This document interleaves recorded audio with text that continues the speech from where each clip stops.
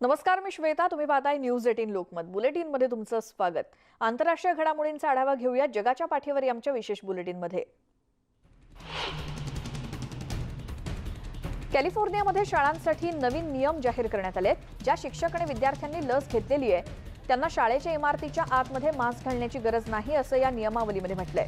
हॉस्पिटलमध्ये दाखल होणाऱ्यांच्या आणि मृत्यू संख्येत घट झाल्यानं तसंच 12 वर्षांखालील मुलांचं लसीकरण सुरू झाल्यामुळे हे बदल करण्यात आलेत. मात्र लसीकरण करण्याबाबत त्यांनी काही सूचना केलेली नाही. कोणत्या विद्यार्थ्यांनी लस घेतली आहे ते शिक्षकांना आणि कोणत्या शिक्षकांनी लस घेतली ते पालकांना माहीत कसं होईल याबाबत देखील काही सूचना देण्यात आलेली नाही. पॅरिसमध्ये शुक्रवारपासून नाईट क्लब पुन्हा सुरू झालेत. कोरोनामुळे गेल्या महिन्याच्या मार्च महिन्यापासून नाईट क्लब्स बंद ठेवण्यात आले होते. नाईट क्लबमध्ये जाणाऱ्यांना लस घेतल्याचा किंवा कोविड टेस्ट निगेटिव्ह आल्याचा पुरावा सादर करणं बंधनकारक आहे. तसंच क्लबमध्ये फक्त 75% उपस्थितीला परवानगी आहे. फ्रान्समधील एकूण रुग्णसंख्येपैकी 40% रुग्ण डेल्टा संसर्गाचे आहेत. अमेरिकेनं पाठवलेली जॉन्सन अँड जॉन्सन लसीचे 10,40,000 डोसेस अफगाणिस्तानला शुक्रवारी पोहोचले. या महिन्यात पहिले 2 साठे पोहोचणार असल्याचं युनिसेफनं सांगितलं. कोवॅक्स या जागतिक लसीकरण मोहिमेअंतर्गत लसींचीही मदत पाठवली जाते आणि या अंतर्गत 30,30,000 डोसेस पाठवण्यात येणार आहेत. अफगाणिस्तानमधून अमेरिकेच्या लष्कराच्या तुकड्या 20 वर्षांनंतर बाहेर पडल्यावर ही मदत पाठवण्यात आली आहे. चिलीमध्ये गेल्या 2 आठवड्यांपासून रुग्णसंख्येत घट झाल्यानं काही निर्बंध शिथिल करण्यात आले. या अंतर्गत शाळांमध्ये ऐच्छिक हजेरी, सार्वजनिक मैदानांवर जायला, जिम्स खुली करण्याला परवानगी आणि काही ठिकाणी उपस्थितांची संख्या वाढवण्याची परवानगी देण्यात आली आहे. देशातील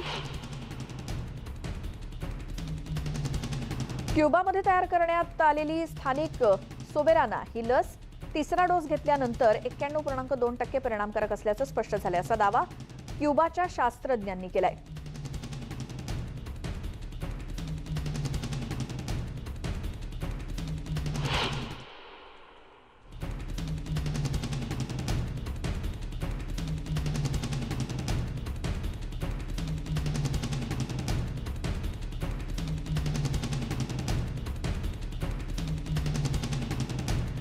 कोरोनावरील लस बनवणाऱ्या फायझर कंपनीचं म्हणणं आहे की त्यांच्या कोविड-19 लसीच्या तिसऱ्या बूस्टर डोससाठी अमेरिकेची अधिकृत परवानगी घेण्याचा विचार आहे. परंतु अमेरिकेच्या आरोग्य अधिकाऱ्यांनी म्हटलंय की सध्या तरी बूस्टर डोसची आवश्यकता नाही.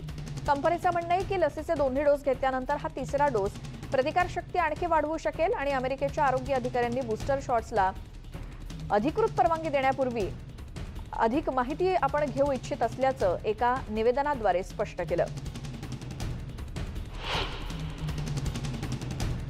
रशियाच्या सेंट पीटर्सबर्गमध्ये मृत्यूसंख्या वाढल्यानं क्रिमेशन सेंटरमध्ये कफिन्स अक्षरशः एकमेकांवरती ठेवावी लागतायत. रशियातील ऑनलाईन न्यूज साईट फॉन्टाकानं ही हृदयद्रावक दृश्य दाखवली आहेत. या क्रिमेशन सेंटरमध्ये कफिन्सची संख्या इतकी वाढली आहे की त्यांच्यावरती अंत्यसंस्कार करण्यासाठी काही आठवडे वाट पाहावी लागते. रशियामध्ये शुक्रवारी 1951 नवीन रुग्णांची नोंद झाली तर 1078 जणांचा मृत्यू झालाय.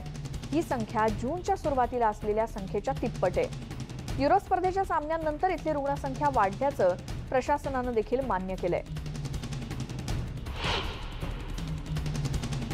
कोणत्याही परदेशी पाहुण्याला आर्मेनियाच्या विनामूल्य कोरोना व्हायरस लस देण्याच्या ऑफरमुळे शेजारील इराण आणि इतर देशातील बरेच लोक या देशाकडे आकर्षित झालेत. लसीचे डोस मिळवण्यासाठी इराणी नागरिकांनी सुरुवातीला आर्मेनियन सीमावर्ती शहर असलेल्या मेघरी या ठिकाणी गर्दी केली होती. परंतु आर्मेनियाच्या अधिकाऱ्यांनी या आठवड्याच्या सुरुवातीला सर्व विदेशी नागरिकांना आर्मेनियाची राजधानी येरेवान या ठिकाणी लस मिळेल असा निर्णय घेतलाय. मॉस्कोमधील फुटबॉल वर्ल्ड कप सामने जिथे होतात त्या ल्युझिनकी मैदानाचं लसीकरण केंद्रामध्ये रूपांतरण करण्यात आलंय. स्थलांतरितांना इथे लस देण्यात येणार आहे आणि स्थलांतरितांसाठी लसीकरण बंधनकारक करण्यात आले.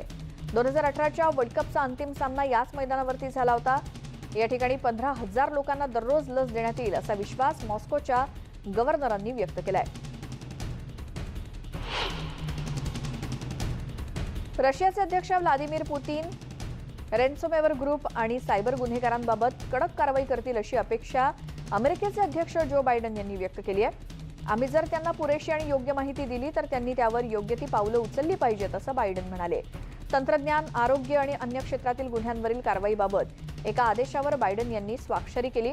यावर पुतीन यांच्याकडून सकारात्मक प्रतिसाद मिळण्याची अपेक्षा असल्याचं ते पत्रकारांशी बोलताना म्हणाले. अर्जेंटिनामध्ये शेकडो शेतकरी आपल्या जनावरांना घेऊन निदर्शनं करतायत. सरकारच्या निर्यात धोरणं आणि अन्य सरकारी उपाययोजनांबद्दल ही निदर्शनं सुरू आहेत.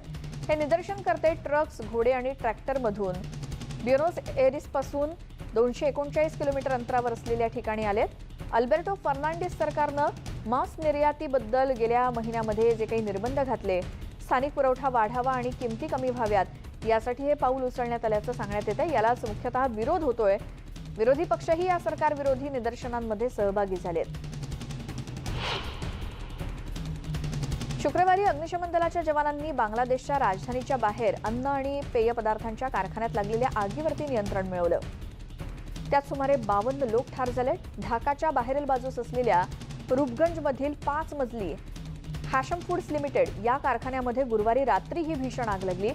आकाशामध्ये नुसता काळा धूरच दिसत होता. पोलिसांनी सुरुवातीला मृतांचा आकडा 3 इतका सांगितला होता, पण त्यानंतर आग जेव्हा विझवली त्यावेळी शुक्रवारी दुपारी मृतदेहांचा अक्षरशः खच पडला होता. संयुक्त राष्ट्रसंघाच्या प्रवक्त्यानं शुक्रवारी सांगितलं की राजदूतानं हैती नेत्यांशी संपर्क साधला असून स्थिरता कायम ठेवण्यासाठी आणि पुढील मार्ग जाणून घेण्यासाठी सर्वसमावेशक अशा राजकीय तडजोडींवरती चर्चा केलेली आहे.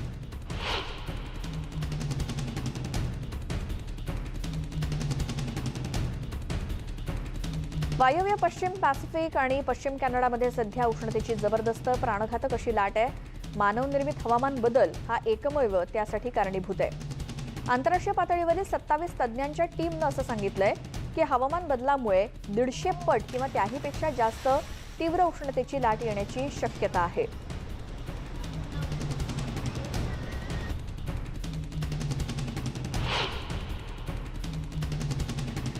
जगाच्या पाठीवर आमच्या विशेष बुलेटिनमध्ये वेळ झाली एका छोट्याशा ब्रेकची. पाहताना न्यूज 18 लोकमत.